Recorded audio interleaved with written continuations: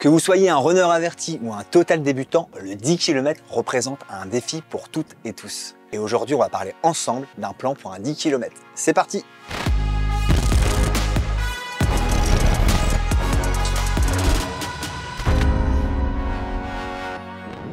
Que l'on recherche à courir son 10 km en 1 heure ou bien encore en 35 minutes, il faut établir une allure pour savoir à quelle vitesse vous allez devoir courir. On peut établir alors un test VMA. La VMA, je rappelle, vitesse maximale aérobie, permettra ainsi de savoir à quelle vitesse vous allez potentiellement pouvoir courir votre 10 km.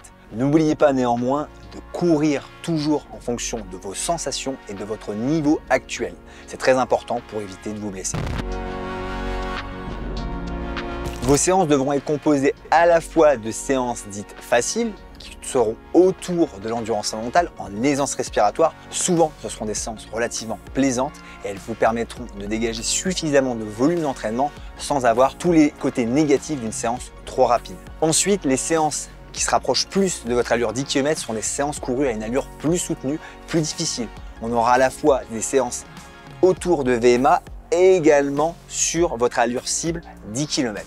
Des séances où il va falloir davantage s'accrocher et avoir l'énergie suffisante.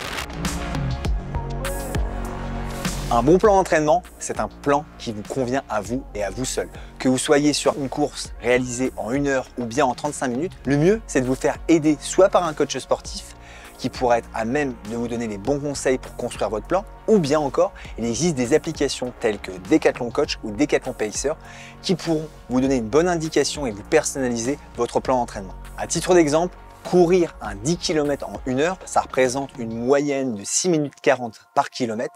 Ça équivaut du coup à 2 séances par semaine, une composée d'une séance en endurance fondamentale et une autre en allure spécifique 10 km et ce, sur 6 semaines. Pour les plus avancés, qui visent par exemple un 10 km en 35 minutes, ça équivaut à 3 minutes 30 du kilomètre. Pour ce faire, vous pourrez réaliser 5 séances par semaine sur 6 semaines, composées de 2 séances en endurance fondamentale, une séance spécifique à allure 10 km, une séance fractionnée et pourquoi pas une séance supplémentaire pour faire du renforcement musculaire. La séance de fractionné, un incontournable en course à pied qui est souvent redouté mais pourtant très efficace. Pour une bonne séance de fractionné, il faudra avoir une bonne condition physique, être plutôt en forme et surtout être prêt à en découdre. Pour réaliser une séance de fractionné, il faudra un temps d'effort, des fractions qui soient soit sur une distance, soit sur du temps. Souvent, on privilégie du temps, par exemple la fameuse série de 10 x 30-30 ou bien 1 minute, 1 minute. Le temps d'effort, lui, sera couru à une vitesse élevée, autour de VMA. On peut être entre 90 et 100% de VMA. Et le temps de récupération, lui, sera couru en endurance fondamentale, voire moins, entre zone 1 et zone 2 de la fréquence cardiaque. Le but des séances fractionnées étant d'améliorer nos capacités de vitesse, d'augmenter également notre vitesse et notre puissance et de devenir plus véloce et également plus économique sur des vitesses de course moins élevées. L'affûtage ou le taping en anglais est une semaine très importante afin d'assimiler au maximum les semaines précédentes qui ont été relativement intenses. Il vaut mieux en faire un petit peu moins durant cette semaine. On parle d'entre 30 et 50% d'entraînement en moins. Et cela a pour but d'être prêt à 100% aussi bien physiquement et mentalement pour votre course et ainsi exploser tous vos personal records. Une bonne alimentation et une bonne hydratation permet à la fois de maximiser ses performances, mais avant tout de prendre soin de soi. Et ça, c'est vraiment un basique et un essentiel. Pour ce faire, privilégiez une alimentation saine et équilibrée. J'entends par là les bons nutriments, c'est-à-dire des protéines de qualité, des lipides de qualité également et des glucides en quantité suffisante. N'oubliez pas en parallèle de vous hydrater suffisamment. Pour un sportif, on parle d'environ 2 litres par jour. Pendant la séance, n'hésitez pas à prendre avec vous une flasque, un gilet d'hydratation vous permettant de boire toutes les 10 à 15 minutes de petites gorgées. Dans ces flasques, vous pourrez y ajouter de la boisson isotonique vous permettant de pallier à toutes les pertes en glucides et en électrolytes.